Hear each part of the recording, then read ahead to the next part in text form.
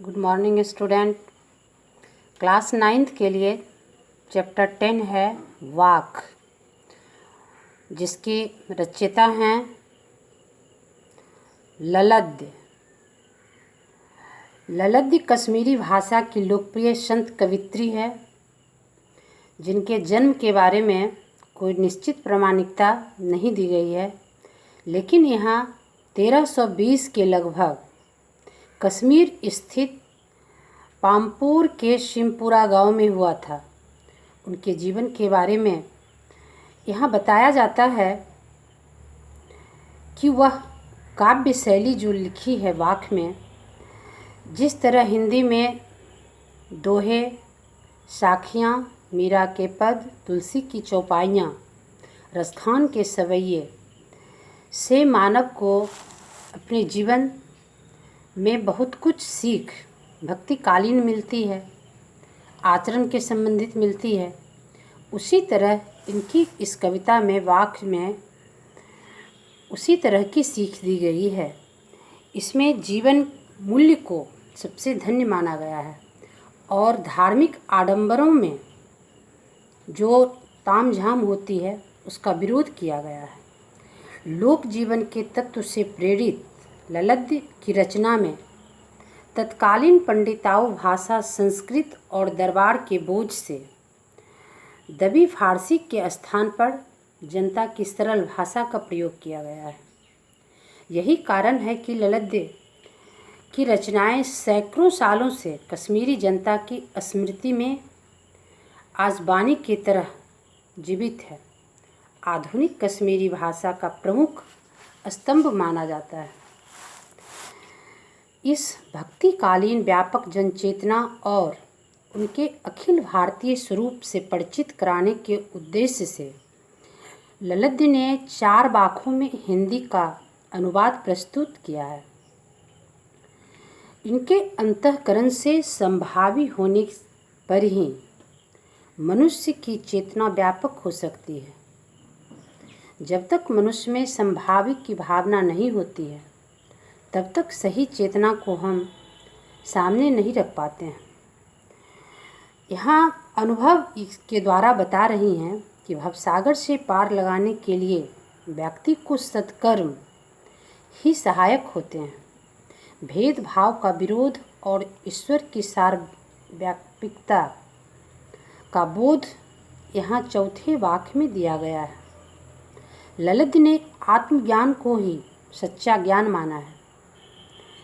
प्रस्तुत वाक्य इस प्रकार हैं।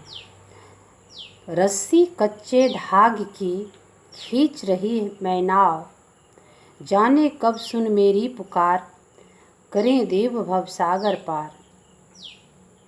पानी टपके कच्चे सकोरे, व्यर्थ प्यास हो रहे मेरे, जी में उठती रह रह हुक, घर जाने की चाह है मेरे। यहाँ इस वाक्य में ललद्य ने बताया है कि यह जीवन रूपी नौका जो है, उसको खींचने के लिए हमारे कर्म अगर मजबूत नहीं हैं, हमारा कार्य अगर सही नहीं है, तो वह उसी प्रकार है जिस प्रकार की कच्चे घड़े में अगर हम पानी भरते हैं तो वह टपक टपक करके ख़त्म हो जाता है। उसी तरह हम इस जीवन में भले ही अनेकों कार्य करते हैं, लेकिन वह हमें अंतिम गति में, अंतिम समय में मेरा साथ कुछ नहीं जाता है और हम इस जन्म मृत्यु के चक्र में फंसकर लगे रहते हैं। उठती जी में रह रह हुक, घर जाने की चाह है मेरे। कहने का यहाँ अर्थ यह है कि हर व्यक्ति को अच्छे लक्ष्य पर पहुँचने का उद्देश्य होता है। वह चाहते हैं कि हम कर्म करें या ना करें, फल मुझे अवश्य मिले, लेकिन ऐसा नहीं होता है।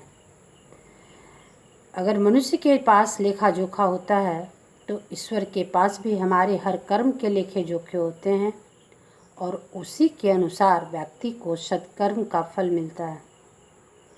खा खाकर कुछ पाएगा नहीं, ना खाकर बनेगा अहंकारी, सम खा तभी होगा संभावी, खुलेगी संकल बंद द्वार की। संकल कहा जाता है दरवाजे का जो छिटकिनी जिसको बोलते हैं, जिससे दरवाजे बंद होते हैं। खा खा कर कुछ पाएगा नहीं। इस मानव जीवन में हम बहुत कुछ खा करके, सुख भोग करके, अगर हम अपने आप को सुखी समझते हैं तो इससे कुछ नहीं होता है। अंतिम समय में व्यक्ति को वह सारा उपभोग की हुई वस्तुएं को यहीं छोड़ के जाना पड़ता है। ना खाकर बनेगा अहंकारी। अगर तुम ये सोचते हो कि हम इसका उपभोग ना करते हैं, कमाए हुए धन का उपभोग हम विलासिता में नहीं करते हैं, तो भी तुम्हारे मन में यह अहंकार होगा कि हम बहुत कुछ कर रहे हैं, हम दूसरे के लिए त्याग कर रहे हैं। सम खा तभी होगा संभावी। कहने का अर्थ यह है कि सम का अर्थ होता है बराबर और संभावी का अर्थ होता है सबके साथ एक जैसी भावना। यानी हमारे मन के ऊपर, हमारे मन में अगर संभावना बनी रहती है कि हम सबको संभावी नज़र से देखें, सबको एक नज़र से देखें, जाति पाति, ऊंच नीच, पापी और पुण्यात्मा, अगर हमारे नज़र में बाह्य आडंबरों को छोड़कर मानव के प्रति संभावी भावना है, मानव मात्र के लिए एक सोच है, तब हमारे लिए वह संकल से बंद द्वार जो है वह खुल सकती है। नहीं तो हमारे लिए जो सत्कर्म होते हैं, जो हम इस संसार में आके कार्य करते हैं, उपभोग करते हैं, कुछ पाते हैं, उस कार्य के द्वारा अगर हमारी भावना संभावी नहीं होती है, सबको हम समान नज़र से देख नहीं सकते हैं, किसी की भलाई ना कर सकते हैं, तो ईश्वर के ये जो दरबार हैं, वह संकल जो है वह खुल पाना बहुत कठिन है। हमारे सारे कार्य जो हैं यही निहित रह जाते हैं। हमारी जो धन है, संपत्ति है, माया मोह में हम जकड़ कर इस दुनिया में रह जाते हैं। लेकिन मानव मात्र के लिए यह वाक्य के माध्यम से ललित ने जो अपनी भावना व्यक्त किए हैं कि आप बाह्य आडंबरों से बचें, पूजा पाठ कीर्तन में आप भाग लेकर घर परिवार को छोड़कर जाते हैं और वहाँ भी अगर आपकी भावना सही नहीं होती है, आपके मन में यह अहंकार होता है कि हम सबसे ऊपर हैं, हम सबसे अच्छे हैं, तो वह आपके लिए वैसे आडंबर ईश्वर विरोधी हैं। आप ईश्वर का वहाँ विरोध कर रहे हैं, क्योंकि वहाँ आप गए हैं सत्संग में, पूजा में, कीर्तन में, लेकिन वहाँ भी आपकी भावना जो है वह अहंकार में छिपा हुआ है। इसलिए इस वाक्य में जो बताए हैं कि रस्सी कच्चे धागे की खींच रही मैं नाव, इसलिए इस जन्म मरण का जो नौका रूपी रस्सी है वह बिल्कुल कच्ची है। वह आपके कार्य से ही मजबूत हो सकता है, नहीं तो आपके जितने भी कार्य हैं आप करते हैं और उसका जो प्रतिफल होता है वह आपको नहीं मिल पाता है। इसलिए आपके कार्य का जो रूपरेखा है वह भाव भक्ति से लीन होते हुए संभावी होनी चाहिए, समान दृष्टि से होनी चाहिए, समदर्शी से होनी चाहिए, क्योंकि भगवान के नज़र में हर इंसान की पहचान होती है।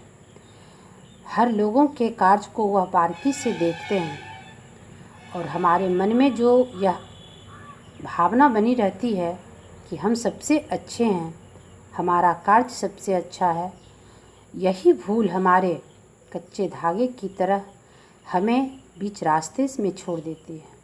हम वहाँ तक भगवान के द्वार के संकल्प को नहीं छू सकते हैं, वहाँ पहुँचते पहुँचते भी हम रुक जाते हैं। पानी टपके कच्चे सकोरे व्यर्थ प्यास हो रहे मेरे, हम जो भी कार्य करते हैं मानव जीवन को प्राप्त कर, वह कार्य एक एक कर बूंद के रूप में घरा में जाता है और कार्य की रूपरेखा का निरीक्षण होते ही वह टपक कर फिर इसी माया मोह में जकड़ जाता है। तो वाक्य के अभी आधे भाग को इस वीडियो के माध्यम से बताया गया है। अगले वीडियो में आपको इसके सेकंड पार्ट को बताया जाएगा। धन्यवाद।